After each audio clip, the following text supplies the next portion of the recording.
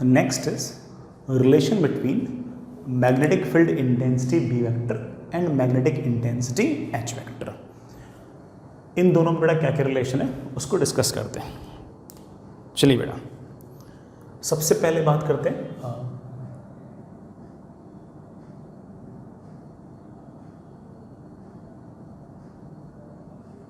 Vacuum की बात करते हैं.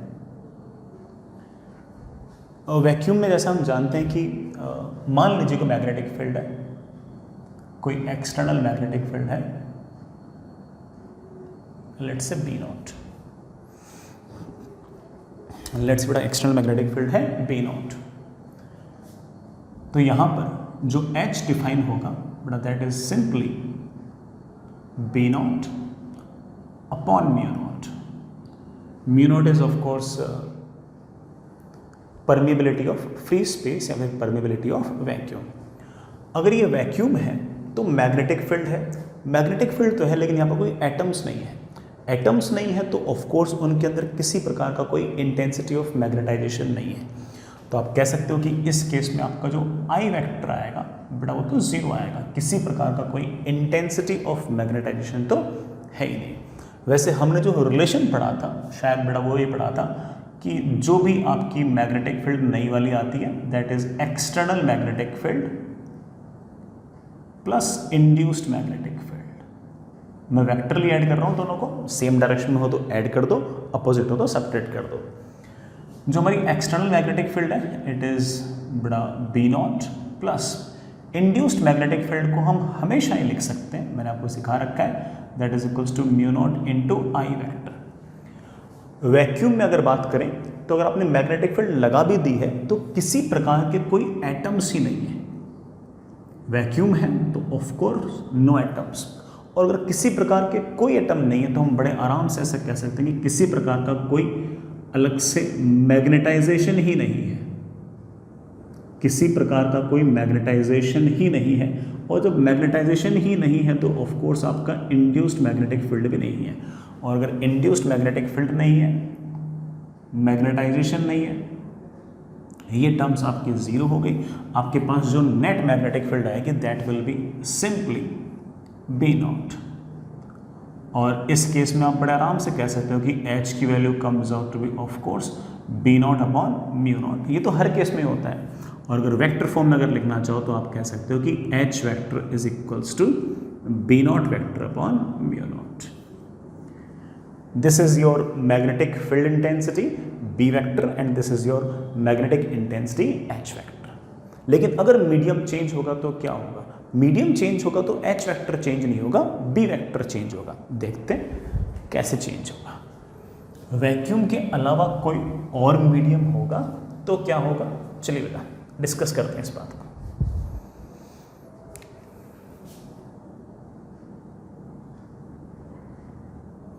Any other medium. सुनिए बेटा अगर कोई भी और मीडियम हुआ तो आपने मान लीजिए कोई एक्सटर्नल मैग्नेटिक फील्ड लगा रखी है ऐसे, और उस एक्सटर्नल मैग्नेटिक फील्ड की जो वैल्यू है let's say that is B naught. Let's say it is B naught. ये जो भी आपका कोई मीडियम है इसके अंदर of course external magnetic field लगाने के कारण कुछ न कुछ इंडक्शन हुआ. अगर पैरामैग्नेटिक होगा तो जो आपका इंटेंसिटी ऑफ मैग्नेटाइजेशन है वो इसी तरफ होगा. अगर आपका ये डायमैग्नेटिक है तो ऑफ कोर्स इसके अपोजिट होगा. तो कुछ न कुछ इंटेंसिटी ऑफ मैग्नेटाइजेशन आएगी और उसके कारण आपकी जो मैग्नेटिक फील्ड आएगी वो कुछ न कुछ एक इंड्यूस्ड मैग्नेटिक फील्ड आएगी. ये induced magnetic field external magnetic field की तरफ भी हो सकती है, अपोजिट भी हो सकती है. मैं वेक्टर लगा रहा हूँ इसलिए मुझे प्लस माइनस लगाने की जरूरत नहीं है. अगर मैं आपसे कहूं कि अब इस मीडियम के अंदर अब नेट मैग्नेटिक फील्ड कितनी है तो आप कहोगे सर नेट मैग्नेटिक फील्ड आएगी external magnetic field plus induced magnetic field. Vector form में लिख दिया. एक्सटर्नल मैग्नेटिक फील्ड हमें क्वेश्चन में दे रखा है that is of course B naught vector. और इंड्यूस्ड मैग्नेटिक फील्ड मैं आपको पहले भी फॉर्मूला बता चुका हूं, it is always equals to mu not times intensity of magnetization. I hope that's okay. इस बी नॉट को हम हमेशा लिख सकते हैं, it is always mu not into H vector plus mu not into I vector. This B naught can always be written as mu not into H vector. अगर मैं mu naught को अगर बाहर निकाल लूँ तो that comes out to be H vector plus I vector. तो आपके पास जो नई मैग्नेटिक फील्ड है it is something like this. चाहो तो बेटा आप ये वाला फॉर्मूला याद भी कर सकते हो, कभी ना कभी बेटा आप लोगों के ये वाला फॉर्मूला काम भी आ सकता है. जब आपके पास वैक्यूम था तो ये आपका इंटेंसिटी ऑफ मैग्नेटाइजेशन जीरो हो गया था और उस केस में magnetic field is mu not into H. Otherwise बड़ा मीडियम के अंदर मैग्नेटिक फील्ड जो होगी वो म्यू नॉट इंटू एच से बड़ी भी हो सकती है और छोटी भी हो सकती है. अगर आपका ये इंटेंसिटी ऑफ मैग्नेटाइजेशन अगर इस एच वेक्टर की तरफ हुआ तो दोनों सेम डायरेक्शन में होंगे. जैसे मैं आपको हल्का सा याद कराऊं, हालांकि मुझे लगता है कि मैंने आपको याद करा ही रखा है. अगर पैरामैग्नेटिक सब्सटेंस हुआ देन वी नो दैट कि H vector and I vector will be parallel, I vector and H vector will be parallel. और अगर दोनों के दोनों बेटा सेम डायरेक्शन में होंगे तो जुड़ जाएंगे, और सेम डायरेक्शन में अगर जुड़ जाएंगे तो ऑफ कोर्स आपकी जो मैग्नेटिक फील्ड का जो मैग्नीट्यूड है वो आपके म्यू नॉट इंटू एच से बड़ा आएगा. आप बोलोगे सर हाँ बिल्कुल आना भी चाहिए. म्यू नॉट इंटू एच तो वैक्यूम में मैग्नेटिक फील्ड थी, पैरामैग्नेटिक में तो magnetic field of course mu naught into H से बड़ी होनी चाहिए. लेकिन अगर मैं बात करूं कि अगर ये वाला मीडियम डायमैग्नेटिक हुआ, कोई बात नहीं, अगर डायमैग्नेटिक हुआ तो आपका इंटेंसिटी ऑफ मैग्नेटाइजेशन जो होगा वो आपके मैग्नेटिक इंटेंसिटी एच वेक्टर की तरफ नहीं उसके अपोजिट होगा. तो उस केस में एच वेक्टर यूँ होगा और आई वेक्टर यूँ होगा, तो जो रिजल्टेंट होगा ऑफ कोर्स एच से तो छोटा ही आएगा. उस केस में आप कह सकते हो कि आपकी जो मैग्नेटिक फील्ड होगी it will be less than mu naught into H. Mu naught into H तो वैक्यूम में मैग्नेटिक फील्ड थी, डायमैग्नेटिक के अंदर जो मैग्नेटिक फील्ड आएगी वो of course mu naught into H से तो छोटी आएगी. तो ये हमारे पैरामैग्नेटिक और डायमैग्नेटिक की कहानी है. हालांकि मैं इस बात को थोड़ा सा और आगे भी बढ़ाता हूँ. ये जो मैग्नेटिक फील्ड है जिसको हमने अभी भी लिखा, क्या लिखा बच्चों, that is mu not into H vector plus I vector. This magnetic field in a medium can be written as permeability of that medium into H vector.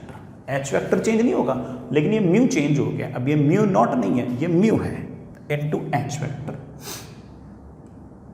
Should be equal to mu not into H vector plus I. Fair enough. This mu can also be written as mu not into mu R H vector and it should be equal to mu not into H vector plus I vector. यहां से mu not cancel भी हो गया और मेरे पास आ गया mu R into H vector should be equal to H vector plus I vector. कभी काम आए तो इसे भी यूज कर सकते हो.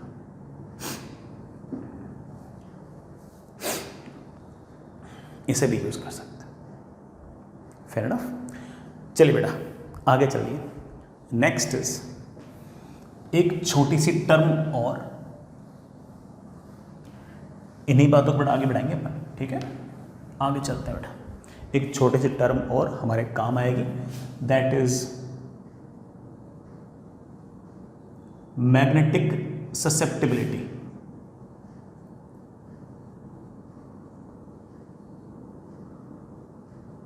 इसको हम एक साइन से रिप्रेजेंट करते हैं. That sign is known as xi. This sign is known as xi. सुनना बेटा इस बात को. ये क्या कहता है, अगर आपके पास ये कोई मीडियम है, पता नहीं डायमैग्नेटिक पैरामैग्नेटिक कुछ भी, हमने कोई एक्सटर्नल मैग्नेटिक फील्ड लगा दी और उस एक्सटर्नल मैग्नेटिक फील्ड का मैग्नेटिक इंटेंसिटी एच वेक्टर हमें गिवन है. मैग्नेटिक फील्ड यूँ लगाई तो डिपेंडिंग ऑन कि डायमैग्नेटिक है या पैरामैग्नेटिक है, इसमें कुछ ना कुछ मैग्नेटाइजेशन हुआ और उसके कारण इसका कुछ ना कुछ इंटेंसिटी ऑफ मैग्नेटाइजेशन आया. Let's say intensity of magnetization is I. Now magnetic susceptibility is simply defined as कितना इंटेंसिटी ऑफ मैग्नेटाइजेशन आया है per unit magnetic intensity H. कम से कम कितनी एक्सटर्नल मैग्नेटिक फील्ड पर कितना ज्यादा से ज्यादा मैग्नेटाइजेशन हो सकता है, इस रेशो को डिफाइन करने के लिए हमने एक टर्म डिफाइन कर रखी है, that is known as magnetic susceptibility. ये हमें ये बताता है कि कोई भी सब्सटेंस कितनी आसानी से मैग्नेटाइज हो जाता है, कितनी आसानी से मैग्नेटाइज। जैसे सुनो, एक बात सुनो, मान लो कि मैंने एक्सटर्नल मैग्नेटिक फील्ड जो है वो कम से कम लगाई, उसके बावजूद हमारी ये जो बॉडी है इसके अंदर अच्छा खासा इंडक्शन हो गया और अच्छे खासे डायपोल्स बन गए, और अच्छे खासे डायपोल्स बनकर मोर मैग्नेटाइजेशन हो गया। मोर मैग्नेटाइजेशन का मतलब ये है कि high value of intensity of magnetisation. आपका I अगर ज़्यादा से ज़्यादा और H कम से कम, इसका मतलब आपका मैग्नेटिक ससेप्टिबिलिटी जो है वो ज़्यादा से ज़्यादा है। इट मीन्स दैट किसी भी सब्सटेंस की अगर मैग्नेटिक ससेप्टिबिलिटी अगर ज़्यादा है, इस बात का अर्थ यह है कि उसको मैग्नेटाइज करना उतना ही आसान है, उसको मैग्नेटाइज करना उतना ही आसान है। अगर मान लो मैंने ज़्यादा से ज़्यादा एक्सटर्नल मैग्नेटिक फील्ड लगाई और उसके बावजूद लेस मैग्नेटाइजेशन हुआ, उसके बावजूद जो डायपोल्स इंड्यूस वगैरह होने थे वो कम से कम हुए, और वो डायपोल्स अगर इंड्यूस कम से कम हुए तो हम जानते हैं कि लो इंटेंसिटी ऑफ मैग्नेटाइजेशन होगी, और हम जानते हैं कि लो इंटेंसिटी ऑफ मैग्नेटाइजेशन हुई, ज़्यादा से ज़्यादा एक्सटर्नल मैग्नेटिक इंटेंसिटी लगाने के बावजूद, तो ऑफकोर्स आपका मैग्नेटिक ससेप्टिबिलिटी कम है। तो जिस सब्सटेंस का मैग्नेटिक ससेप्टिबिलिटी ज़्यादा है, इसका मतलब यह है कि उसको मैग्नेटाइज करना आसान है। किसी की मैग्नेटिक ससेप्टिबिलिटी अगर कम है तो इसका मतलब उसे मैग्नेटाइज करना मुश्किल है। इसे मैग्नेटाइज करना आसान है, इसे मैग्नेटाइज करना मुश्किल है। तो आप इस बात को देख सकते हो, हम इस बात को लिख भी सकते हैं।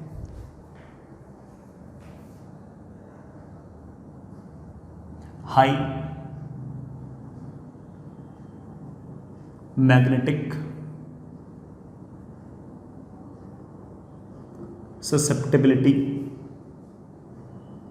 means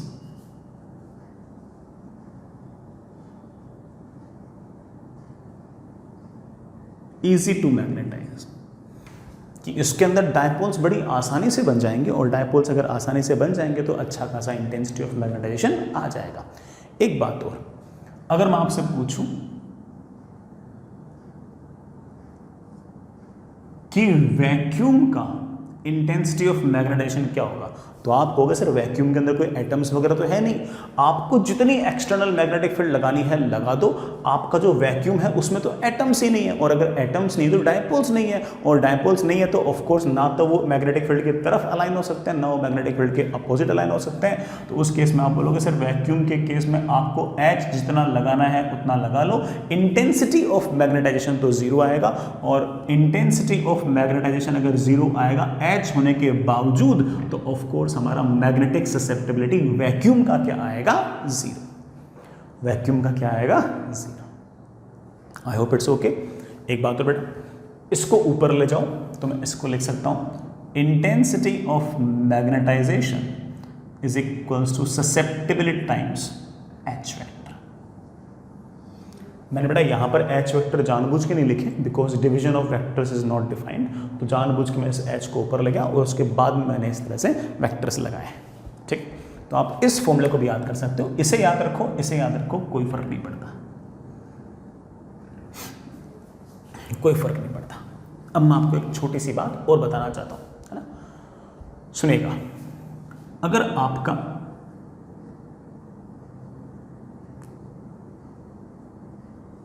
पैरामैग्नेटिक मटेरियल है, पैरामैग्नेटिक मीडियम है मान लीजिए इस तरह से, और मैंने इसमें कोई एक्सटर्नल मैग्नेटिक फील्ड लगा दी ऐसे, let's say that external magnetic field is H।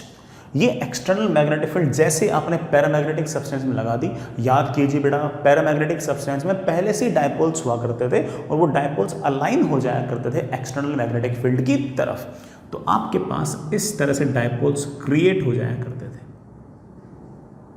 तो तो ऑफ कोर्स डायपोल मोमेंट आ गया है ऐसे। अरे मेरे बच्चों, अगर डायपोल मोमेंट आ गया है ऐसे तो मैग्नेटिक इंटेंसिटी जो हमारी आई थी बेटा वो भी एग्जैक्टली इसी तरफ है।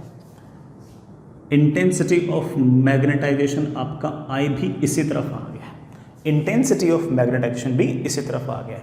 मैं बड़े आराम से कह सकता हूं इस केस में कि आपका आई वेक्टर और एच वेक्टर पैरेलल है। I vector is parallel to H vector, और अगर आई वेक्टर एच वेक्टर के पैरेलल है तो पक्की बात है कि आपका जो जाई है, मतलब आपकी जो मैग्नेटिक ससेप्टिबिलिटी है, पक्की बात है कि ये पॉजिटिव है, पक्की बात है कि ये पॉजिटिव है। लेकिन अगर मैं ऐसी बात डायमैग्नेटिक में बोलने की कोशिश करूंगा तो देखना बेटा क्या होगा। अगर आपके पास कोई डायमैग्नेटिक मीडियम है, ले बेटा ये डायमैग्नेटिक मीडियम, और मैंने कोई एक्सटर्नल मैग्नेटिक फील्ड लगा दी, जो एक्सटर्नल मैग्नेटिक फील्ड है उसका मैग्नेटिक इंटेंसिटी एच वेक्टर ऐसे है, ठीक है। आपको याद है बेटा कि आपका जो डायमैग्नेटिक मीडियम था इसके अंदर एक मैग्नेटिक फील्ड क्रिएट हुआ करती थी, डायपोल्स क्रिएट होते थे, और वो डायपोल्स जो थे वो एक्सटर्नल मैग्नेटिक फील्ड की तरफ नहीं, उसके अपोजिट, और उसके अपोजिट आने के कारण आपका चाहे इंड्यूस्ड मैग्नेटिक फील्ड मान लो, चाहे आपका इंटेंसिटी ऑफ मैग्नेटाइजेशन मान लो, ये इंटेंसिटी ऑफ मैग्नेटाइजेशन भी एक्सटर्नल मैग्नेटिक फील्ड की तरफ नहीं बल्कि उसके अपोजिट है। और अगर उसके अपोजिट है तो ऐसे केस में आप कह सकते हो कि if I vector is anti parallel to external magnetic field, ये हमने पहले भी लिख रखा है, तो ऐसे केस में हम कह सकते हैं कि हमारा जो जाई है, मैग्नेटिक ससेप्टिबिलिटी है, ये पॉजिटिव नहीं है मेरे बच्चों, ये तो नेगेटिव है। ये बेटा पॉजिटिव नहीं है बल्कि आपका ये नेगेटिव है। तो जो भी पैरामैग्नेटिक सब्सटेंसेस होंगे उनमें मैग्नेटिक ससेप्टिबिलिटी पॉजिटिव होगी, और जो भी आपके डायमैग्नेटिक है उनमें आपके मैग्नेटिक ससेप्टिबिलिटी की वैल्यू नेगेटिव होगी। आई होप इट्स ओके। जैसे मैं आपको 2-3 बातें बताऊं, जैसे मैं आपको ऐसे 2-3 मतलब वैल्यूज बताऊं कि याद करो, पैरामैग्नेटिक का मैंने एक एग्जाम्पल दिया था एल्यूमिनियम। एल्यूमिनियम के लिए मैग्नेटिक ससेप्टिबिलिटी की जो वैल्यू है वो 2.1 इंटू 10⁻⁻5 है बेटा, 2.1 इंटू 10⁻⁻5 है। इसी तरह से आपके टंगस्टन का बेटा, टंगस्टन भी पैरामैग्नेटिक में, उसमें मैग्नेटिक ससेप्टिबिलिटी की जो वैल्यू है वो 6.8 इंटू 10⁻⁻5 है। ठीक है बेटा, याद नहीं करनी, मतलब ऐसे लिखना बेटा, ठीक है, बताने के लिए देखो ये पॉजिटिव है। इसी तरह से डायमैग्नेटिक के कुछ एग्जांपल्स मैंने शायद दिए होंगे, जैसे कॉपर का एग्जांपल दिया होगा। कॉपर में मैग्नेटिक ससेप्टिबिलिटी की वैल्यू होगी -0.96 इंटू 10⁻⁻5। बेटा सिल्वर का जो मैग्नेटिक ससेप्टिबिलिटी की वैल्यू होगी वो होगी -2.6 इंटू 10⁻⁻5। गोल्ड की जो मैग्नेटिक ससेप्टिबिलिटी होगी बेटा वो होगी -3.6 इंटू 10⁻⁻5। और बिस्मथ की जो मैग्नेटिक ससेप्टिबिलिटी होगी बेटा वो होगी -1.66 इंटू 10⁻⁻4।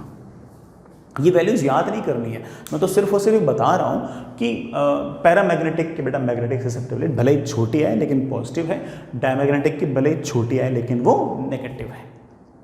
ठीक है, इस बात को तुम समझ गए होंगे। और मैग्नेटिक ससेप्टिबिलिटी का मैग्नीट्यूड जितना बड़ा है ऑफ कोर्स उसके अंदर उसका मैग्नेटाइजेशन होना उतना ही ज़्यादा आसान है। जैसे एल्यूमिनियम और टंगस्टन में किसका मैग्नेटाइजेशन होना आसान है, तो आप कह सकते हो कि टंगस्टन का मैग्नेटाइजेशन होना आसान है। इन सब के माइनस माइनस माइनस को हटा के अगर देखो तो बिस्मथ का मैग्नेटाइजेशन होना सबसे आसान है। बस वो अलग बात है कि बिस्मथ में अगर आपने एक्सटर्नल मैग्नेटिक फील्ड अगर ऐसे लगाई तो बिस्मथ खुद एक अपनी इंड्यूस्ड मैग्नेटिक फील्ड क्रिएट कर देगा। कैसे? एक्सटर्नल मैग्नेटिक फील्ड के अपोजिट। ये माइनस साइन तो सिर्फ और सिर्फ उस अपोजिट को बताने के लिए, बाकी इसकी जो वैल्यू है वो बाकी से तो ज़्यादा ही है। तो आप कह सकते हो कि बिस्मथ जो है वो ज़्यादा बेटर तरीके से मैग्नेटाइज हो सकती है एज कंपेयर टू कॉपर और सिल्वर और गोल्ड। ठीक है, तो आप ऐसा कह सकते हो कि जाई का मैग्नीट्यूड जितना बड़ा होगा ऑफ कोर्स उस बॉडी को मैग्नेटाइज करना उतना ही आसान होगा। आई होप बेटा इस बात को आप समझ गए होंगे। चलिए बेटा, हमारी जो रिलेशंस वाली बात थी उसी को मैं थोड़ा सा और आगे बढ़ाता हूं। सुनिए बेटा,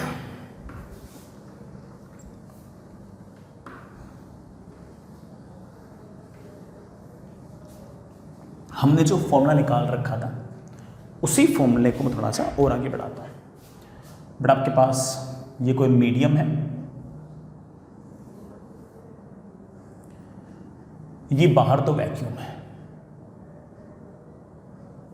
ये आपके पास कोई मीडियम है, पैरामैग्नेटिक डायमैग्नेटिक कुछ भी, आपने कोई एक्सटर्नल मैग्नेटिक फील्ड लगा दी ऐसे, जो एक्सटर्नल मैग्नेटिक फील्ड थी उसकी वैल्यू बड़ा लेट से बी नॉट है and it can always be written as mu not into H vector.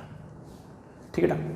इस मीडियम में कुछ ना कुछ इंटेंसिटी ऑफ मैग्नेटाइजेशन हुआ और उसके कारण इसके अंदर जो मैग्नेटिक फील्ड आएगी बेटा, that magnetic field will be external magnetic field plus induced magnetic field. Vectorly दोनों को ऐड कर लो। External magnetic field is of course B naught and induced magnetic field मैं आपको सिखा चुका बेटा, एक बार के लिए चलो मैं इस इंड्यूस्ड मैग्नेटिक फील्ड को ऐसे ही लिख लूँ।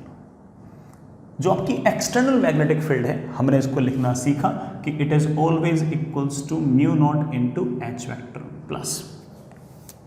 ये जो इंड्यूस्ड मैग्नेटिक फील्ड है मैंने आपको याद करा रखी है कि it is directly proportional to intensity of magnetisation and you can say that कि it should be equal to mu not into I vector. बेटा ये फॉर्मूला मैं आपको मैं थोड़ी देर पहले बता चुका था आपको, शायद लास्ट क्लास में, that is mu not into H vector plus I vector. आपको सर सारे काम रिपीट कर रहे हो, ये हम कर चुके हैं बिल्कुल।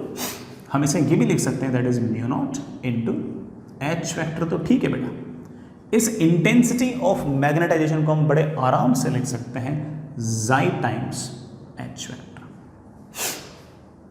और हम लिख सकते हैं कि now the net magnetic field will B mu naught into H vector into 1 plus जाई। ये जो मैग्नेटिक फील्ड इस मीडियम के अंदर है इसको हम लिख सकते हैं इस मीडियम की magnetic permeability times H vector.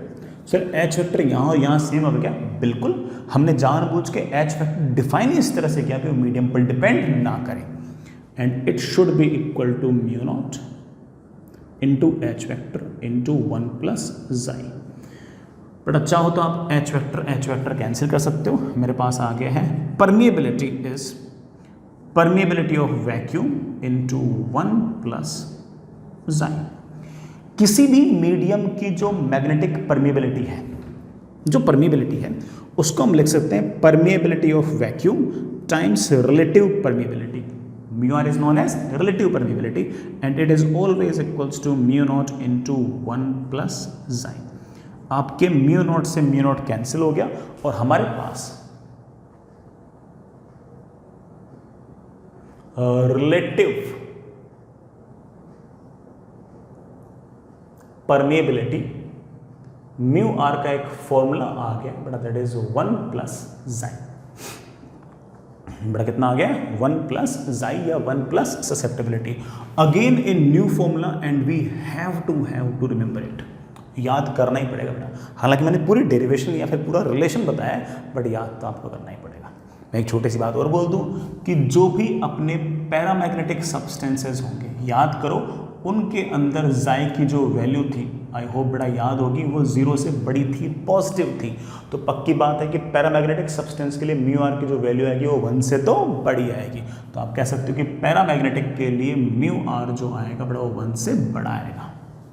Fair enough. इसी तरह से आपके जो डायमैग्नेटिक सब्सटेंसेस थे याद कीजिए बेटा, मैंने कई वैल्यूज तो आपको याद भी करा रखी है। उसमें जाई की वैल्यू नेगेटिव थी, मतलब कि मैग्नेटिक ससेप्टेबिलिटी नेगेटिव थी, 1 प्लस समथिंग नेगेटिव। तो ऑफ कोर्स ये वाला जो टर्म आएगी 1 से तो छोटी आएगी।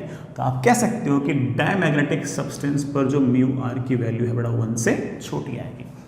याद कीजिए इलेक्ट्रोस्टैटिक्स के अंदर आपके एप्सिलॉन आर की जो वैल्यू थी it was always greater than और इक्वल टू 1, लेकिन हमारे यहाँ इस केस में आपका जो म्यू आर है वो 1 से बड़ा भी हो सकता है, 1 से छोटा भी हो सकता है। 1 से बड़ा तो बड़ा ठीक है, बहुत ही जनरल केस है। 1 से छोटा कब होगा, जब आपके पास डायमैग्नेटिक सब्सटेंसेस होंगे तब वो आपका छोटा होगा। एक बात और, हालांकि मुझे लगता है कि मेरे बच्चों ने खुद ही सोच लिया होगा, दैट इज वैक्यूम। वैक्यूम में मैंने याद करा रखा है कि आपको मैग्नेटिक ससेप्टेबिलिटी होगी ही नहीं, और मैग्नेटिक ससेप्टेबिलिटी नहीं होगी तो हम कह सकते हैं कि म्यू आर की जो वैल्यू है बेटा वो आपके पास 1 होगी। म्यू आर की वैल्यू 1 होगी। आई होप इट्स फेयर एनफ। आगे चलते हैं बेटा, फॉर्मूले खूब सारे कर लिए, कुछ सवाल कर लेते हैं इन फॉर्मूले पर, तुम्हारे दिमाग में बैठ भी जाएंगे। इन्हीं फॉर्मूलों पर सवाल कुछ तो शीट में भी होंगे, बहुत सारे HCV के अंदर भी हैं, सारे फॉर्मूला बेस्ड हैं, निपटा सकते हैं।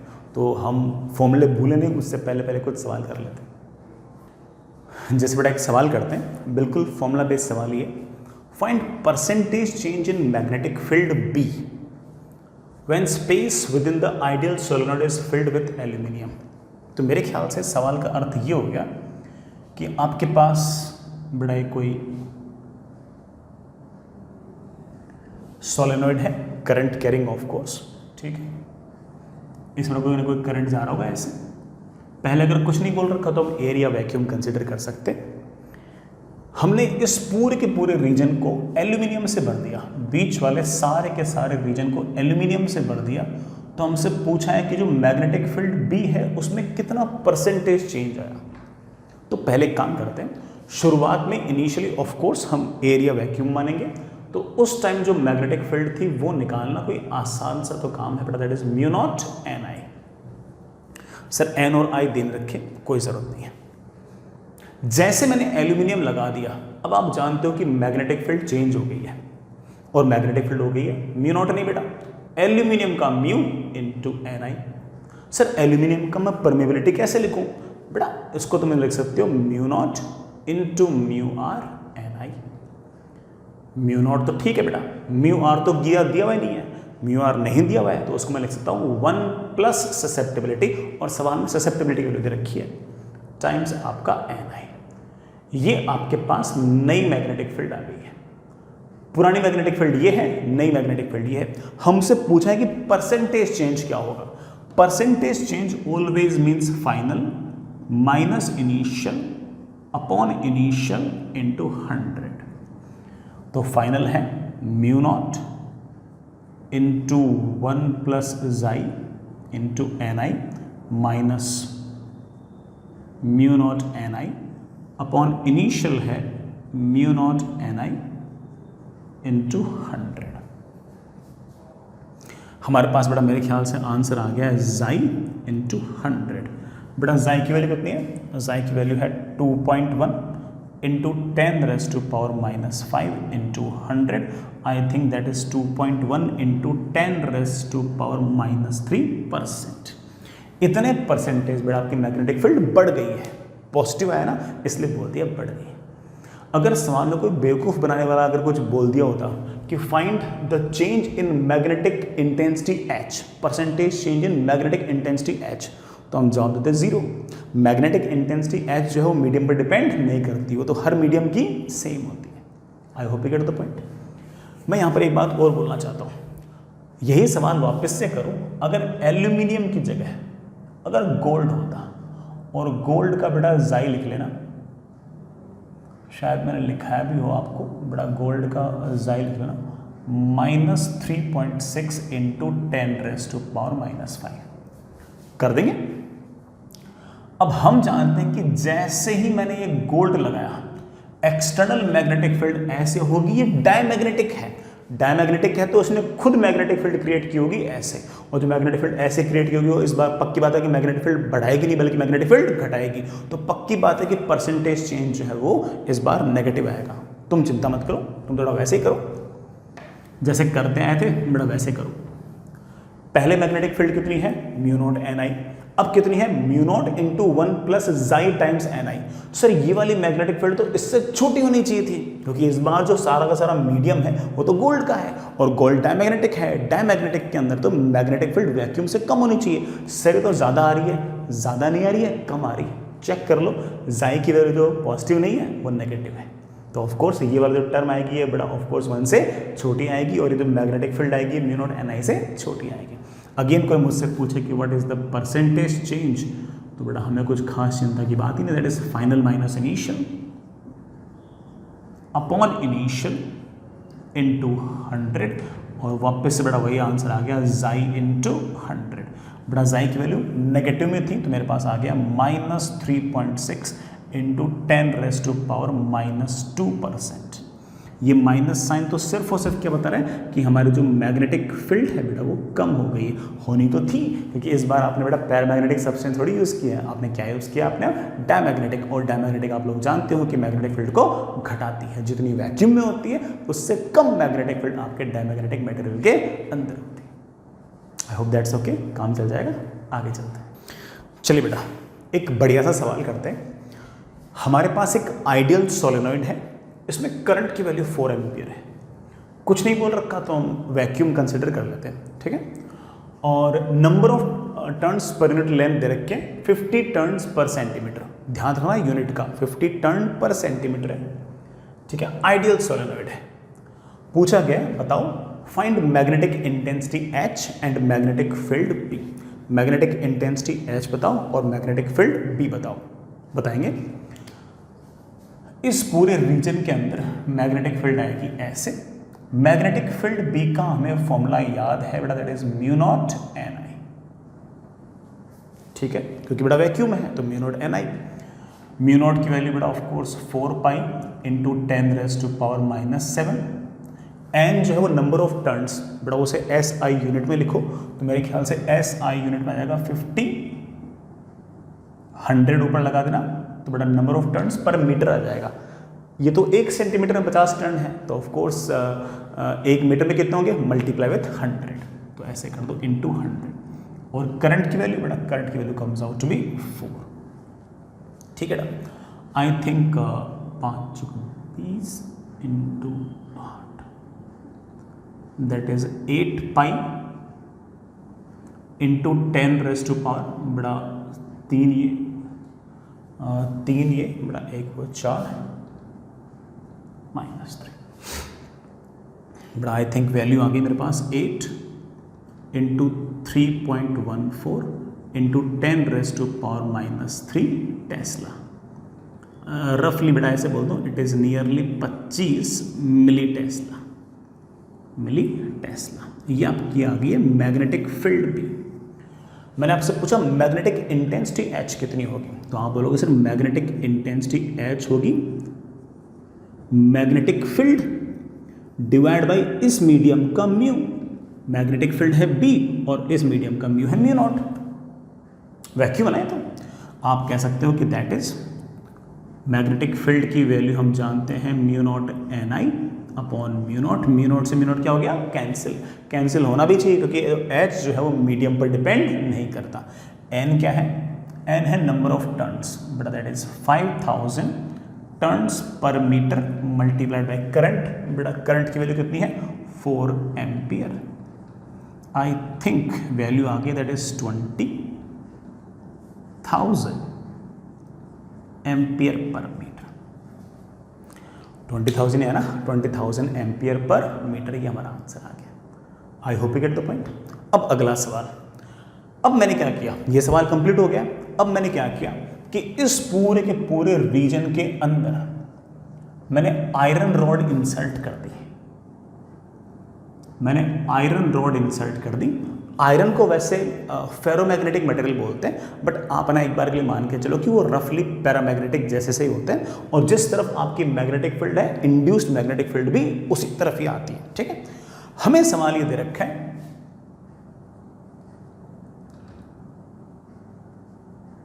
An iron rod is inserted inside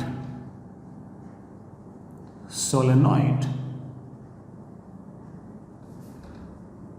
which creates intensity of magnetization। किसकी तरफ, मैग्नेटिक फील्ड की तरफ।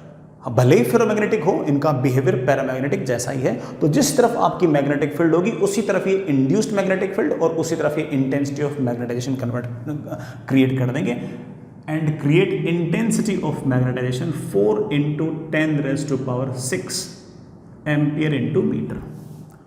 Find new values of magnetic intensity H and magnetic field B। बड़ा फिर से वही दो सवाल,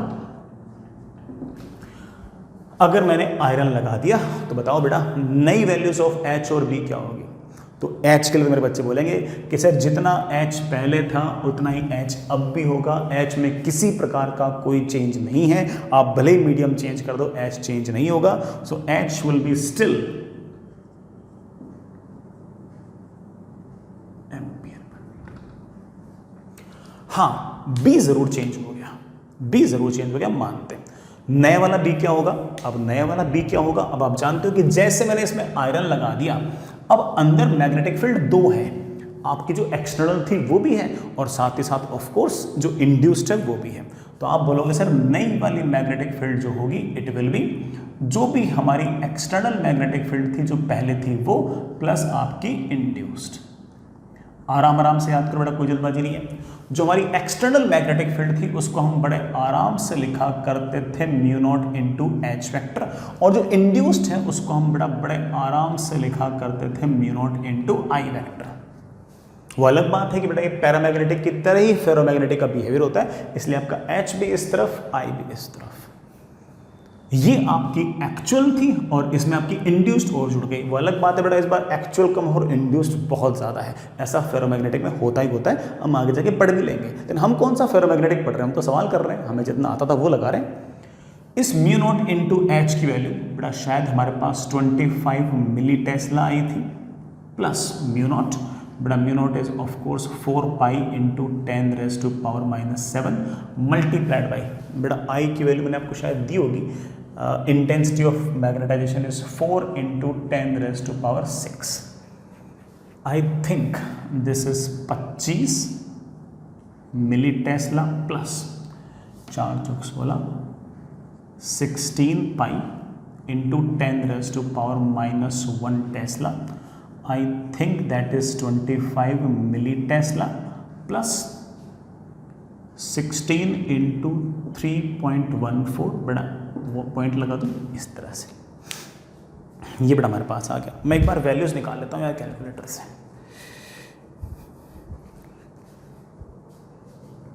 हाँ बच्चों 1.6 इंटू 3.4 बड़ा 5.44 आ गया, ये तो आ गया 25 मिली टेस्ला प्लस 5.44 टेस्ला। चलिए बेटा ये आपकी नई वाली मैग्नेटिक फील्ड आ गई।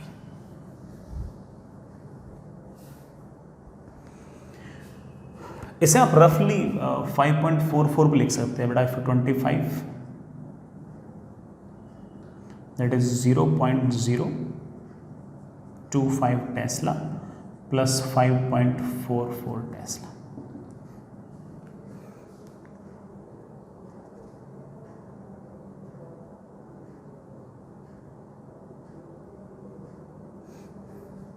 That is of course 5.465 Tesla. ये मैग्नेटिक फील्ड आ गई। आयरन नहीं था तब बेटा मैग्नेटिक फील्ड बहुत कम थी, अब बेटा मैग्नेटिक फील्ड तो काफ़ी अच्छी खासी बढ़ गई है। कारण क्या है, हमने जो आयरन इंट्रोड्यूस किया है उसके कारण एक इंड्यूस्ड मैग्नेटिक फील्ड आ गई और इंड्यूस्ड मैग्नेटिक फील्ड की वैल्यू अच्छी खासी बढ़ी थी। आई होप बेटा आप समझ होंगे। तो आपकी मैग्नेटिक फील्ड भी बढ़ गया है, मैग्नेटिक इंटेंसिटी एच पर किसी प्रकार का कोई फर्क नहीं पड़ा है। इसी में अगला सवाल, फाइंड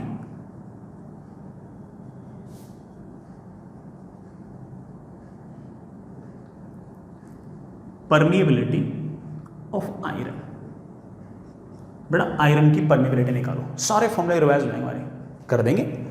हम कहेंगे कि नई वाली जो मैग्नेटिक फील्ड है that is equals to mu times your H. I hope आपको फॉर्मूला बता दो, magnetic field is mu times H. Mu क्या है, आयरन की परमिएबिलिटी। आप बड़े आराम से बोलोगे कि B is of course 5.465 upon H is 20,000।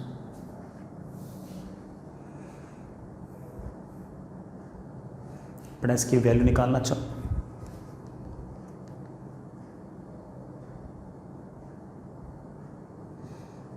that is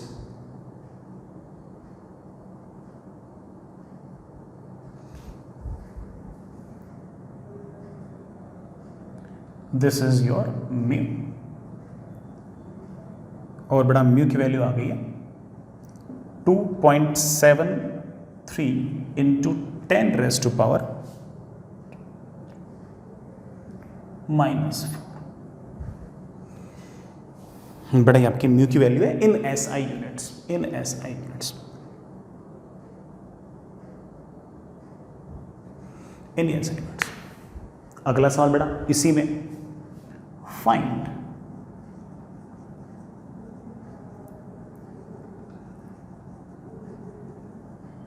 relative permeability of iron. बेटा रिलेटिव परमिएबिलिटी बताओ आयरन की, निकाल देंगे। आयरन की जो परमिएबिलिटी है that is mu not times, मतलब परमिएबिलिटी ऑफ वैक्यूम या free space times mu R, और रिलेटिव परमिएबिलिटी आप कह सकते हो that is mu upon mu not. बेटा देखना क्या क्या वैल्यूज हैं, 2.73 into 10 raise to power -4 in SI units. बेटा म्यू नॉट अपन लोगों ने शायद याद कर रखा है 4 pi into 10 raise to power -7 in SI units. बेटा ये ऊपर गया तो मेरे ख्याल से 10 रेज़ टू पावर 3। बेटा एक बार करते हैं सोल्व इसको, इसकी वैल्यू आ जाएगी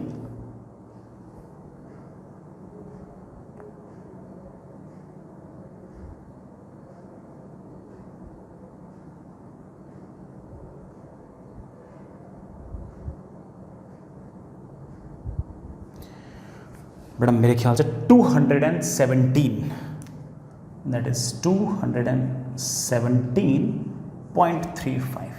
खूब बड़ी वैल्यू है। ऑफ कोर्स 1 से बड़ी है तो ऑफ कोर्स हम ऐसा कह सकते हैं कि इसका बिहेवियर पैरामैग्नेटिक जैसा सा है। हालांकि वैल्यू बहुत बड़ी है, इसलिए इस मटेरियल्स का हम अलग से नाम निकाल देंगे। आगे जाकर क्या नाम निकाल देंगे, फेरोमैग्नेटिक। लास्ट सवाल बेटा, find magnetic susceptibility of iron. बेटा आयरन की मैग्नेटिक ससेप्टेबिलिटी बताओ, बता देंगे।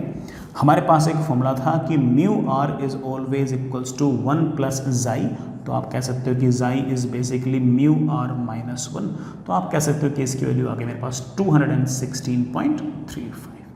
This is the magnetic susceptibility of iron. जितने भी फॉर्मूले थे बेटा हमें लगभग हर फॉर्मूले की हल्की फुल्की मतलब प्रैक्टिस करने के लिए सवाल बनाया है। आई होप आपको समझ में तो आए क्या होगा। सिर्फ और सिर्फ फॉर्मूला बेस है, कोई ऐसा अलग सा इसमें काम नहीं था। चलिए बच्चों एक सवाल और करते हैं। अगेन फॉर्मूला बेस्ड सवाल ही है। हमारे पास एक आइडियल सोलेनॉइड है और इस आइडियल सोलेनॉइड में जो करंट है उसकी वैल्यू 2 एम्पियर है। जो बड़ा क्रॉस सेक्शनल एरिया है वो 5 सेंटीमीटर स्क्वायर है। Number of turns 2000 turns per metre है, ठीक है। और हमने इसके अंदर सोलेनॉइड में ऐसे आयरन रॉड इंसर्ट कर दी है। आयरन रॉड इंसर्ट करने के बाद सवाल में ऐसा लिखा हुआ है कि the magnetic field inside the core is 1.57 Tesla. Iron rod insert करने के बाद जो मैग्नेटिक फील्ड है वो 1.57 टेस्ला। तो सवाल पूछा है find intensity of magnetisation I. Find intensity of magnetisation I. कोई बात नहीं, हमें सारा फॉर्मूला बड़े आराम से रिलेट करने आता है।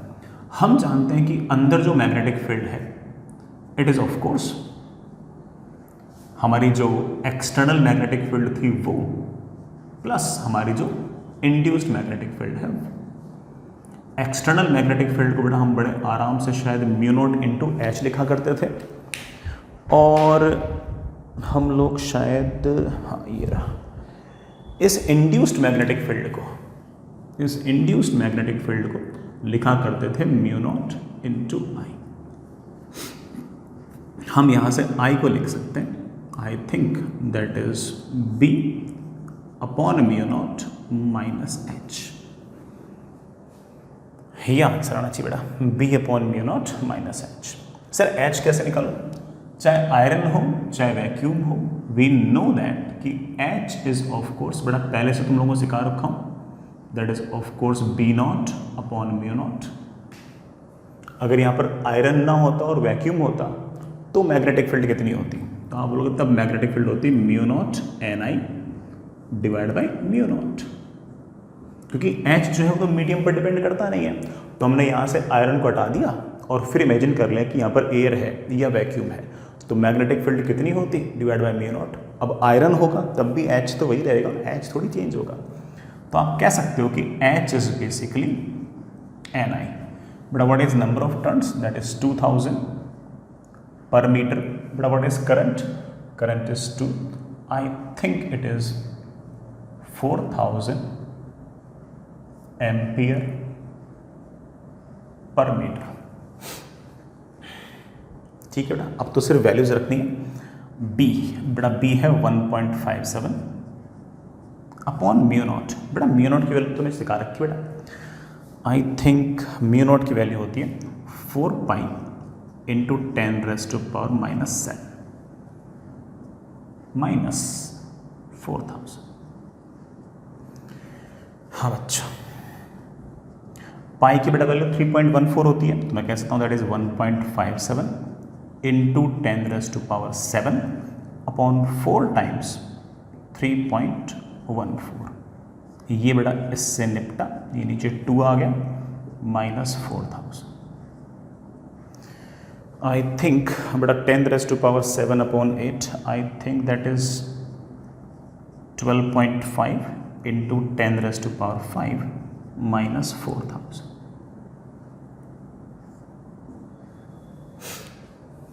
सही तो क्या बेटा मैंने स्क्वायर 100 मैंने बाहर निकाल लिया, 100/8 इज 12.5, तो मेरे पास आंसर आ गया दैट इज 12.5 इंटू 10⁻⁵ माइनस 4000। हाँ, इसके सामने बड़ा वैल्यू बहुत छोटी है, तो आप इसको कह सकते हो कि the value is nearly 12.5 into 10⁵। ठीक, यूनिट बेटा ऑफ कोर्स वही है जो एच की है, एच की हम देख चुके हैं, unit is of course ampere per metre. ये हमारा आंसर आ गया। एग्जैक्ट निकालना चाहिए बेटा, एग्जैक्ट में निकाल सकते हो, मैंने तो ऐसे लिख दिया 12.5 इंटू 10⁵। उसमें से बेटा अगर 4000 अगर माइनस करो तो 4000 ठीक है, छोटी सी वैल्यू उसके सामने, तो आप ठीक है लिख सकते हो। ठीक है, आगे चलते हैं बेटा।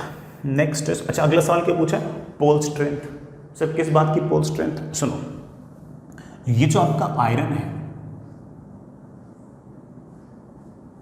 इसके अंदर हम जानते हैं कि इस तरह से कुछ ना कुछ डायपोल्स क्रिएट हो जाएंगे, और अगर इस तरह से अगर डायपोल्स क्रिएट हो जाएंगे तो उसका कुछ ना कुछ डायपोल मोमेंट आएगा। इसका जो डायपोल मोमेंट आएगा उसको हम बड़े आराम से लिख सकते हैं m इंटू एल। यहाँ पर मान लूँगा माइनस m, यहाँ पर मान लूँगा plus m। Sir minus m और प्लस m क्या है, ये तो बड़ा अपनी वो पोल स्ट्रेंथ याद कीजिए जो मैग्नेट में वो करती थी, plus m and minus m, ये साउथ पोल के लिए, ये नॉर्थ पोल के लिए। वैसे मैं डेरिवेशन आपको करा चुका हूँ, लेकिन चलिए फिर से देखते हैं। हमारी इंटेंसिटी ऑफ मैग्नेटाइजेशन को हम लोगों ने शायद डिफाइन किया था मैग्नेटिक डायपोल। हमने बेटा किस तरह से डिफाइन किया था, हमने डिफाइन किया था magnetic dipole moment per unit volume, that is m into L upon volume. Volume is of course cross sectional area into length. बेटा लेंथ से लेंथ कैंसिल हो गया, हमारे पास स्मॉल m की वैल्यू आ गई है, intensity of magnetization into cross sectional area. Intensity of magnetization हमारे पास आ गया रफली 12.5 into 10⁵ ampere per metre multiplied by cross sectional area. बेटा क्रॉस सेक्शनल एरिया तो 5 सेंटीमीटर स्क्वायर है, 5 सेंटीमीटर स्क्वायर को अगर मैं मीटर स्क्वायर में कन्वर्ट करूँ तो I think that is 5 into 10⁻⁻⁴ metre square.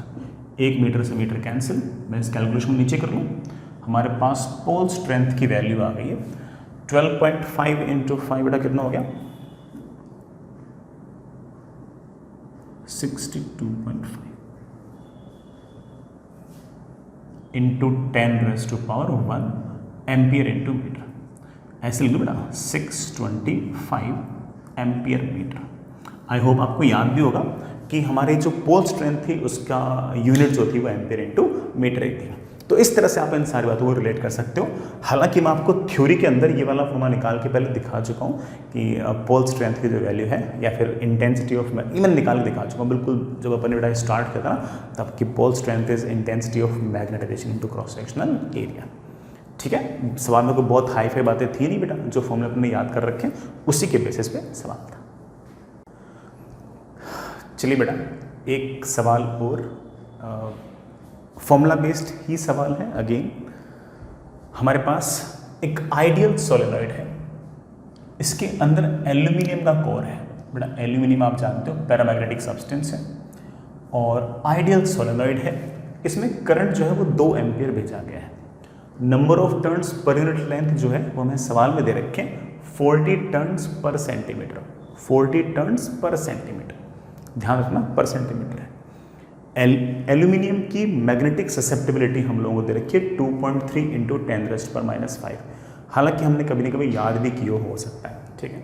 सवाल पूछा गया, बताइए मैग्नेटिक इंटेंसिटी H कितनी होगी, इंटेंसिटी ऑफ मैग्नेटाइजेशन क्या होगी।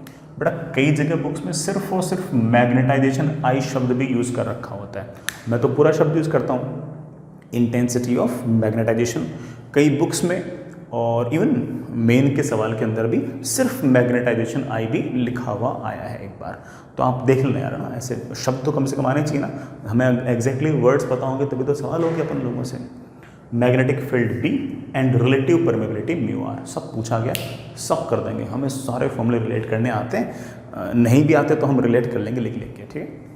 सबसे पहले मैग्नेटिक इंटेंसिटी H, आप लोग जानते हो कि चाहे यहाँ पर एल्यूमिनियम हो या ना हो, मैग्नेटिक इंटेंसिटी H तो मीडियम पर डिपेंड नहीं करती। अगर यहाँ पर एयर होता तो मैग्नेटिक फील्ड होती B0 and it should have been μ0 Ni, और H हम बड़े आराम से डिफाइन कर सकते हैं B0 अपॉन μ0, और ये कितना आ गया Ni। लेकिन सर इस केस में तो यहाँ पर तो एयर तो है ही नहीं, यहाँ पर तो सर एल्यूमिनियम है, भले एल्यूमिनियम हो, H तो हर मीडियम के लिए सेम है, और हम जानते हैं कि अगर एल्यूमिनियम होगा तब यहाँ पर B आ जाएगा और यहाँ पर μ आ जाएगा। अगेन आपका जो H की वैल्यू है वो तो Ni ही आएगी, ठीक है। H जो है वो मीडियम पर डिपेंड नहीं करता, तो एल्यूमिनियम हटा के जो सिस्टम है उसका H निकाल लिया करो, आसान पड़ता है। That is equals to Ni, N is number of turns, that is 4000 per metre into current is 2 ampere. I think that comes out to be 8000 ampere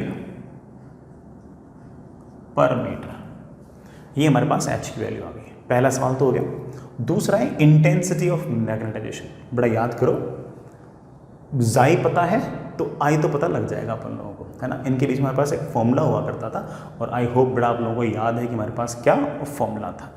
हमारे पास बड़ा शायद फॉर्मूला था कि हमने कहा था कि बड़ा simply chi is basically H upon I, sorry chi was basically I upon H। I क्या है, अच्छा I तो मुझे निकालना है, तो मैं कहूँगा कि I is basically magnetic susceptibility into H। बड़ा what is magnetic susceptibility, that is 2.3 into 10⁻⁵ multiplied by H। H is of course 8000, ठीक है ना। 3 0 तो ये गए, तो यहाँ पर -2 आ गया, बड़ा 8 3 24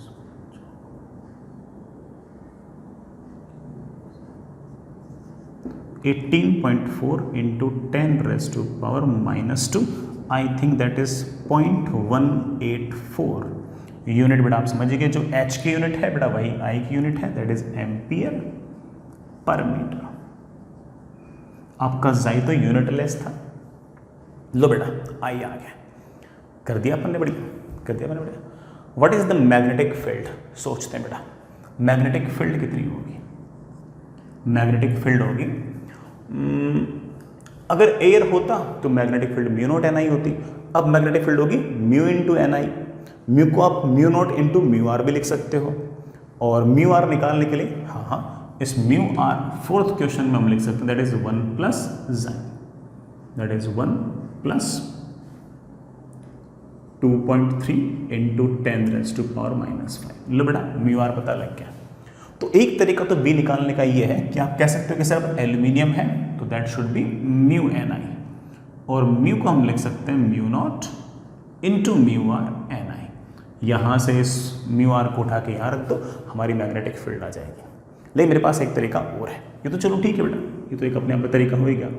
इस मैग्नेटिक फील्ड को हम ये भी लिख सकते हैं, that is B not plus B induced. B not कब बेटा, जब यहाँ पर एल्यूमिनियम ना होता तो बी नॉट थी जो एक्स है ना, अब बी इंड्यूस्ड आ गई।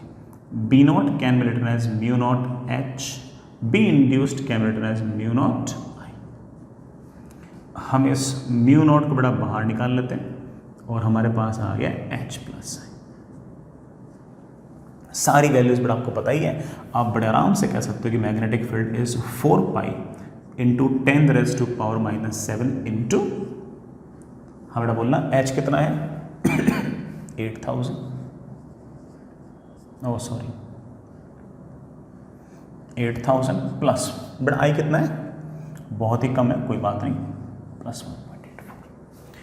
ये लो बेटा, मेरा सॉल्व वॉल्व करने का मन तो है नहीं यार, दिस इज द आंसर। इतने टेस्ला आपका आंसर आ गया। उस फॉर्मूले से अगर निकालते तब भी आपका आंसर एग्जैक्टली सेम आता, कोई फर्क नहीं पड़ता, जैसे इच्छा हो वैसे निकाल लो। बस आपको रिलेशंस आने चाहिए कि आपस में सारे के सारे कैसे एक दूसरे से रिलेटेड है। आई होप आप मेरे साथ प्रैक्टिस कर रहे हो ठीक बेटा सवालों की। तो फॉर्मूले तो हैं, बाकी लॉजिक्स तो आपको शुरुआत से बताता आया हूँ, तो मेरे ख्याल से आपका काम बन जाएगा। ये बेटा टॉपिक थोड़ा ऐसा ही है कि ना, जिसमें है ना ठीक है बच्चों को इतना इंटरेस्ट नहीं होता, टीचर्स को भी इतना इंटरेस्ट नहीं होता। मैंने जानबूझ के इस तरह से बताया है कि ना इतना पढ़ लो ना, तब भी आपका कम से कम मेन वाला सवाल तो सही हो ही जाए। और एडवांस में तो सवाल पूछते नहीं, कोर्स में नहीं है। हालांकि अगर एडवांस में पूछे तो अच्छी बात है, हमने तो सारा ही पढ़ा है, कम थोड़ी पढ़ा है ना। और देखते हैं,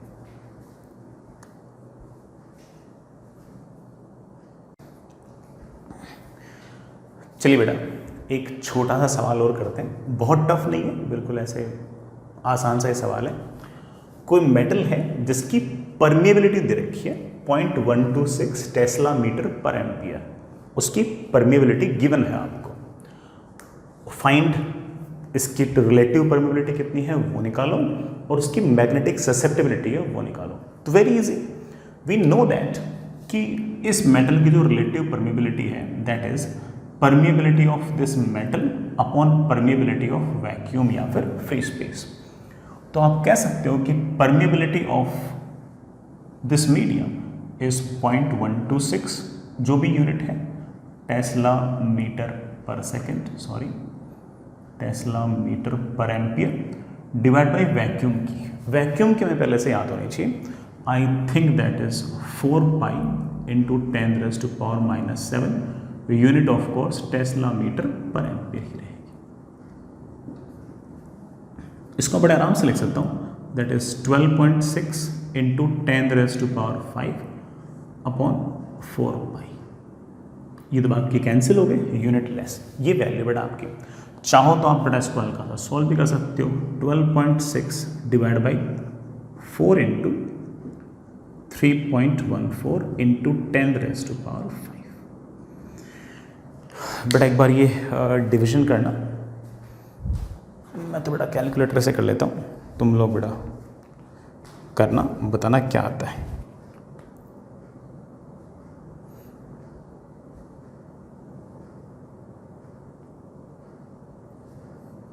$12.6 डिवाइड बाई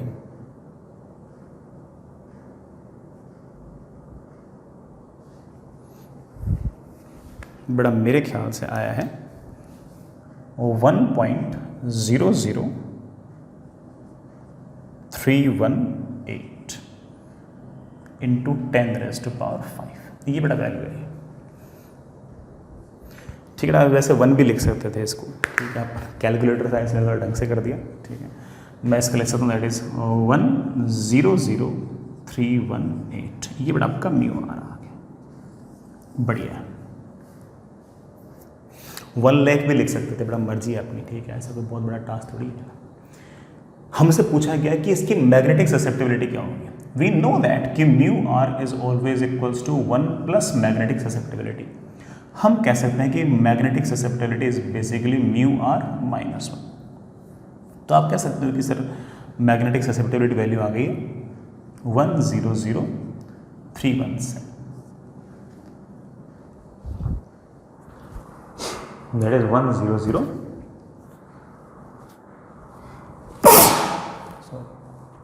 100,317। ये बड़ा हमारा आंसर आ गया।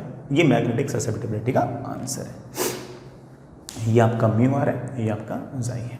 आई होप इट्स ओके। आगे चलते हैं।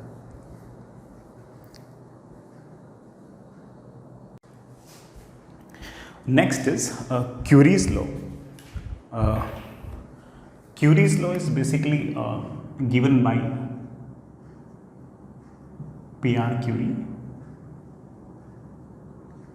I think you know remember madam Curie of या फिर Marie Curie. Pierre Curie was husband of Marie Curie.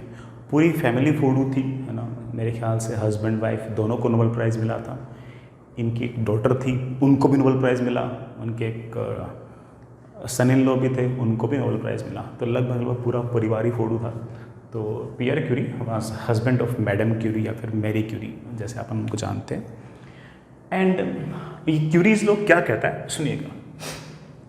ये ऐसे कहते हैं कि मान लीजिए कि कोई आपने एक मैग्नेटिक फील्ड लगाई, कोई एक्सटर्नल मैग्नेटिक फील्ड लगाई, और उस मैग्नेटिक फील्ड के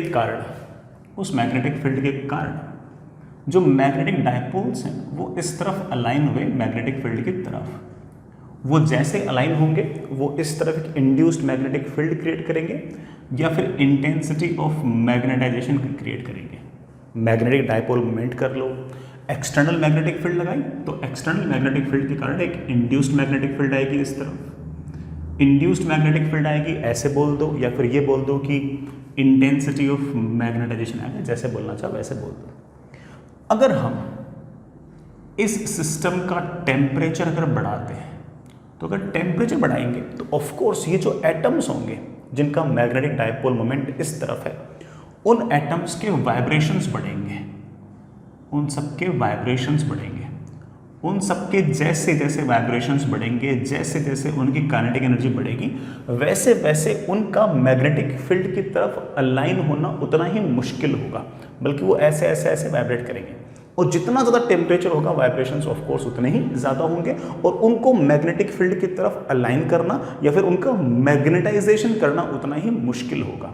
तो मैं ये कहना चाहता हूँ कि अगर आपने टेम्परेचर बढ़ाया तो ये जो इंटेंसिटी ऑफ मैग्नेटाइजेशन है ये घटेगा, और अगर इंटेंसिटी ऑफ मैग्नेटाइजेशन घटेगा तो हम जानते हैं कि जो मैग्नेटिक ससेप्टिबिलिटी थी उसको हम बेसिकली बड़ा कहा करते थे I/H। H मैग्नेटिक इंटेंसिटी लगाने पर I आपका मैग्नेटिक इंटेंसिटी ऑफ मैग्नेटाइजेशन आ गया है I। तो ऐसे में कहूँगा कि अगर आपने टेम्परेचर बढ़ाया तो आपके जो मैग्नेटिक डायपोल्स हैं वो कम से कम अलाइन होंगे मैग्नेटिक फील्ड की तरफ, और ऑफ कोर्स अगर आपकी इंटेंसिटी ऑफ मैग्नेटाइजेशन अगर घटेगी तो ऑब्वियस बात है कि आपकी मैग्नेटिक ससेप्टिबिलिटी भी घटेगी। आप बोलोगे सर ये वाली बात आपने भले ही अलग शब्दों में कही हो लेकिन पहले भी कह रखी है। आज मैं ये कहना चाह रहा हूँ कि अगर आपने टेम्परेचर बढ़ाया तो मैग्नेटिक ससेप्टिबिलिटी घटेगी, अगर आपने टेम्परेचर घटाया तो मैग्नेटिक ससेप्टिबिलिटी बढ़ेगी।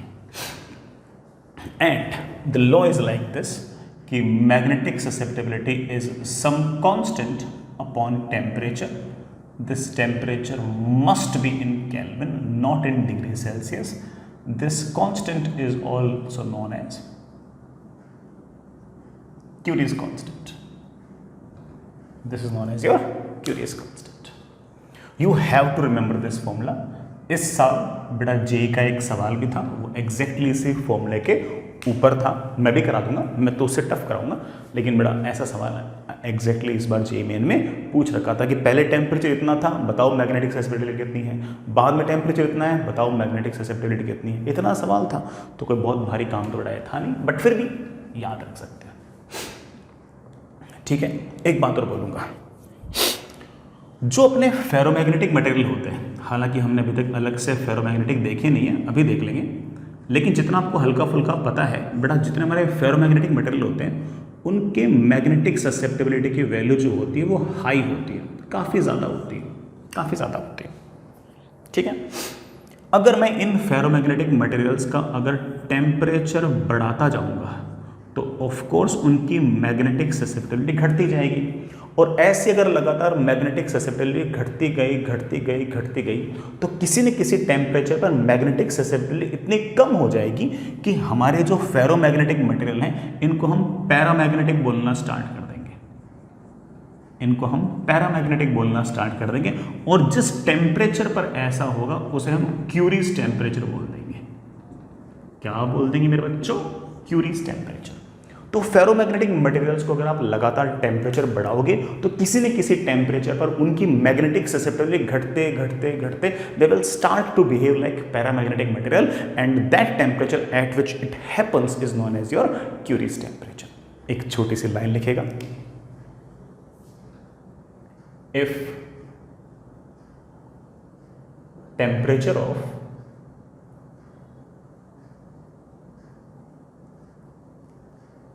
ferromagnetic substances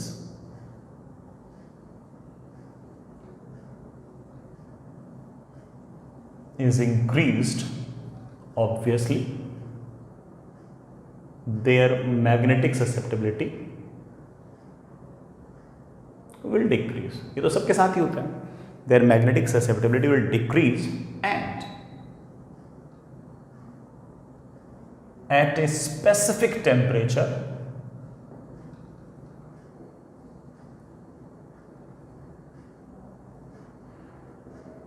they will behave like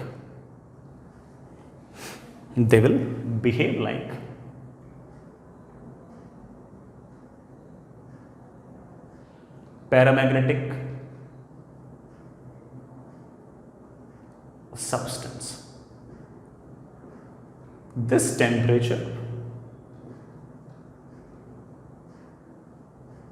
is known as, बेटा इस टेम्परेचर को हम लोग क्या कहेंगे?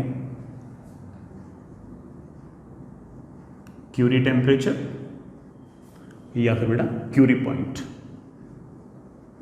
This temperature is known as your Curie temperature या फिर क्यूरी पॉइंट। ठीक है, बढ़िया। एक बात और, इसके बाद इन फेरोमैग्नेटिक सब्सटेंसेस का जो जाई होगा उसके लिए फॉर्मूला एक अलग सा है and that will B C dash upon T minus TC। TC मतलब बेटा आपका ये क्यूरी टेम्परेचर। अगर आपने टेम्परेचर क्यूरी टेम्परेचर से अगर ज़्यादा कर दिया तो उसके बाद आपका जो मैग्नेटिक ससेप्टिबिलिटी होगी वो इस फॉर्मूले से वेरी करेगी। बेटा C डैश इसलिए लिख दिया क्योंकि ये वाला जो कांस्टेंट है ना, ये पहले वाले कांस्टेंट से डिफरेंट हो सकता है। तो अगर आपका टेम्परेचर क्यूरी टेम्परेचर से भी अगर ज़्यादा है तो उसके बाद मैग्नेटिक ससेप्टिबिलिटी जो है वो इस फॉर्मूले के साथ वेरी करेगी। ठीक है, you don't have to remember this formula. Sir फिर लिखा क्यों? बेटा ऐसे लिख दिया, ठीक है, HCV के अंदर लिखा हुआ था तो मुझे लगा कभी ना कभी किसी न किसी जगह शायद काम आ जाए तो ठीक है।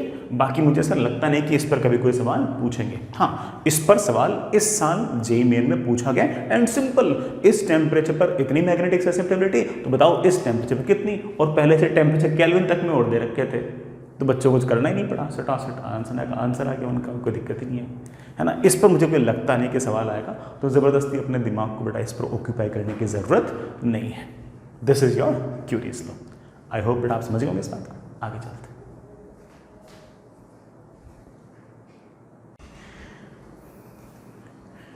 चलिए बेटा एक सवाल और करते हैं और क्यूरीज लॉ पे सवाल है ना, कोई बहुत ऐसे हाई फाई सवाल नहीं है। हमारे पास एक आइडियल टोरॉइड है बेटा, ये एक आइडियल टोरॉइड है और इस आइडियल टोरॉइड का जो रेडियस है वो आपको गिवन है। नंबर ऑफ टोटल टर्न्स आपको गिवन है, दैट इज 400। ठीक है, जो तार है उसमें करंट बेटा आपका 2 एम्पियर है और टोरॉइड के अंदर बीच का जो स्पेस है उसके अंदर एल्यूमिनियम भर रखा है अपन ने और टेम्परेचर 280 केल्विन है शुरुआत में। ठीक है, इस एल्यूमिनियम के कारण जो मैग्नेटाइजेशन है या फिर जो इंटेंसिटी ऑफ मैग्नेटाइजेशन है ये गिवन है कि it is 4.8 into 10⁻⁻² ampere per metre. I hope you get the point.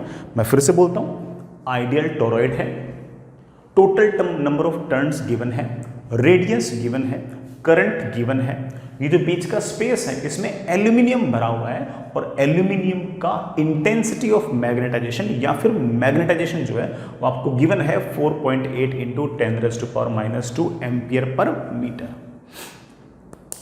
बढ़िया, सिंपल सवाल पूछ रहा हूं। पहला सवाल, मैग्नेटिक इंटेंसिटी H निकाल लेंगे। बीच में एल्यूमिनियम हो या ना हो, मैग्नेटिक इंटेंसिटी H तो वही रहेगी। तो मैं कहूंगा H होगा बेटा क्या, B0 अपॉन μ0। B0 मतलब यहां पर अगर एल्यूमिनियम ना होता और एयर होती तो मैग्नेटिक फील्ड कितनी होती। आप बोलोगे सर फॉर्मूला याद कर रखा है, टोरॉइड वाले केस में मैग्नेटिक फील्ड का फॉर्मूला हुआ करता था μ0 Ni अपॉन 2πr। बड़ा याद है ना, N is total number of turns upon μ0, बड़ा μ0 से μ0 कैंसिल, नंबर ऑफ टर्न्स है 400। बड़ा करंट बोलना, करंट है 2πr, रेडियस है बड़ा 20/π, सेंटीमीटर है तो मीटर में कन्वर्ट करने के लिए 10⁻⁻² से मल्टीप्लाई किया, बड़ा ऊपर चला गया तो 100 ऊपर चला गया। हाँ बड़ा पाई से पाई कैंसिल हो गया, 0 से 0 कैंसिल हो गया बेटा, 2 and 2 बड़ा किससे 4 से कैंसिल हो गया, तो ये तो 10 बच गया। 10 इंटू 2 20, 2000 बड़ा H की वैल्यू आ गई 2000 एम्पियर पर मीटर, ये H आ गया। पहला सवाल तो हो गया। अब चाहे एल्यूमिनियम हो चाहे कुछ भी हो, H तो वही रहेगा। मुझे पूछिए मैग्नेटिक ससेप्टिबिलिटी कितनी होगी, वेरी इजी, H पता है, I पता है, magnetic susceptibility is simply I upon H, that is 4.8 into 10⁻⁻² ampere per metre अपो 2000 ampere per metre. बेटा एम्पियर पर मीटर क्या हो गया, कैंसिल। आई थिंक बेटा आंसर आ गया 2.4 इंटू 10⁻⁻⁵। बड़ा ये आ गई अपने मैग्नेटिक ससेप्टिबिलिटी। इवन मैं तो बड़ा मैग्नेटिक फील्ड भी निकाल सकता हूँ, अपने सवाल कर रखे, मैंने पूछा नहीं है, लेकिन मैग्नेटिक फील्ड भी निकाल सकता हूँ। लेकिन बेटा ये मैग्नेटिक फील्ड निकालने वाला जो काम था ना, मैग्नेटिक फील्ड बी, ये वाला काम जो हम पिछले शायद 3 सवाल से कर रहे हैं। कोई मुझसे पूछे सर मैग्नेटिक फील्ड कितनी होगी, तो बोलोगे बेटा मैग्नेटिक फील्ड होगी B0 प्लस B इंड्यूस्ड। और बेटा B इंड्यूस्ड को हम लोग क्या लिखते थे, μ0 इंटू आई बेटा पता है, μ0 पता है, हम बड़े आराम से B भी निकाल सकते हैं, कोई दिक्कत नहीं है, ठीक है। लेकिन मैंने पूछा नहीं क्योंकि बेटा पिछले 3-4 सवाल में ये B वगैरह निकालने वाला काम तो हम कर ही रहे थे, तो मैंने किया नहीं। अच्छा, B निकालने का एक तरीका मैंने तुम्हें और सिखा रखा है कि अब जो मैग्नेटिक फील्ड होगी उसको मैं लिखता हूँ म्यू इंटू बेटा वही आपका पहले वाला मैग्नेटिक फील्ड, और म्यू को हम लिख सकते हैं μ0 इंटू μr, और μr को हम लिख सकते हैं 1 प्लस जाइन, तो जाइन में निकाल रखा है। कैसे कर लो, हर तरीके से आंसर आपका सेम आएगा। नहीं पूछा मैंने आपसे पूछा बताओ मैग्नेटिक ससेप्टिबिलिटी एट 280 केल्विन क्या होगी, ये रही।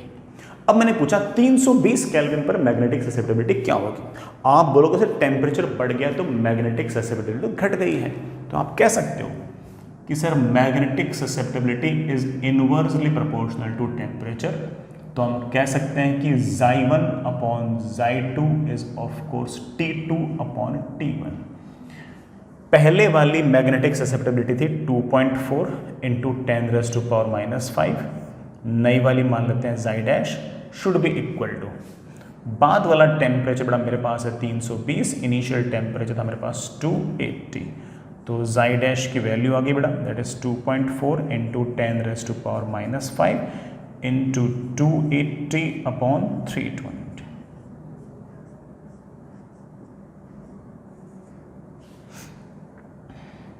बड़ा देखना कितना आ गया, कहाँ लिखूँ यहाँ लिख दो।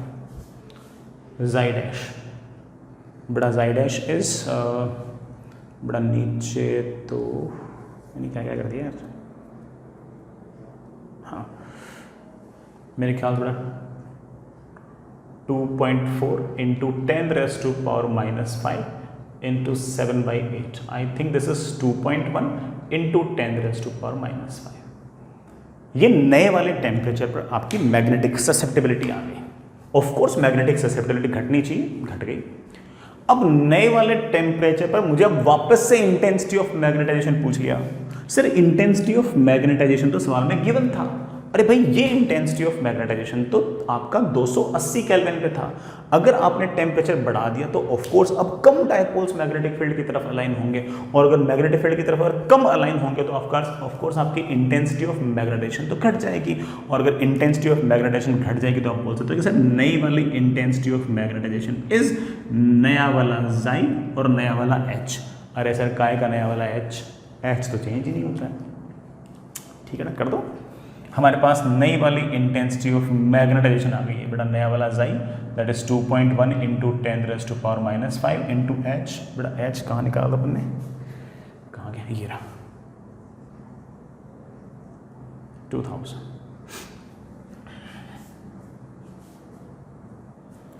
ठीक है ना बेटा, मेरे ख्याल से आ गया ये 4.2 इंटू 10⁻⁻² एम्पियर पर मीटर। ठीक है ना, ये आंसर आ गया, ये आंसर आ गया 4.2 इंटू 10⁻²। नई वाली मैग्नेटिक फील्ड वापस निकाल सकते हैं, मैग्नेटिक फील्ड बी बड़े आराम से निकाल सकते हैं। एच पता है, आई पता है, तो बी निकालना कौन सा बड़ा टास्क है, सिर्फ और सिर्फ वैल्यूज भटकनी है बेटा, निकालना चाहे निकाल सकते हैं, छोटा सा काम। आई रियली होप बेटा समझ गए सारी बात को, सारे फॉर्मूले रिलेटेड है। बस नई चीज़ यहाँ पर क्या थी, क्यूरीज लॉ थी। बाकी बेटा ये वाला सवाल तो हम पहले से करते हुए आ रहे हैं, क्यूरीज लॉ नया था, बाकी इस फॉर्मूले का सवाल तो हम शुरुआत से करते आ रहे हैं। अभी यहाँ पर मैं 3-4 सवाल और लिख सकता था, वही जो बेटा अभी थोड़ी देर पहले मैंने किए थे। बी निकालो, म्यू आर निकालो, नया वाला म्यू निकालो, सारे सवाल वापस से कर सकते।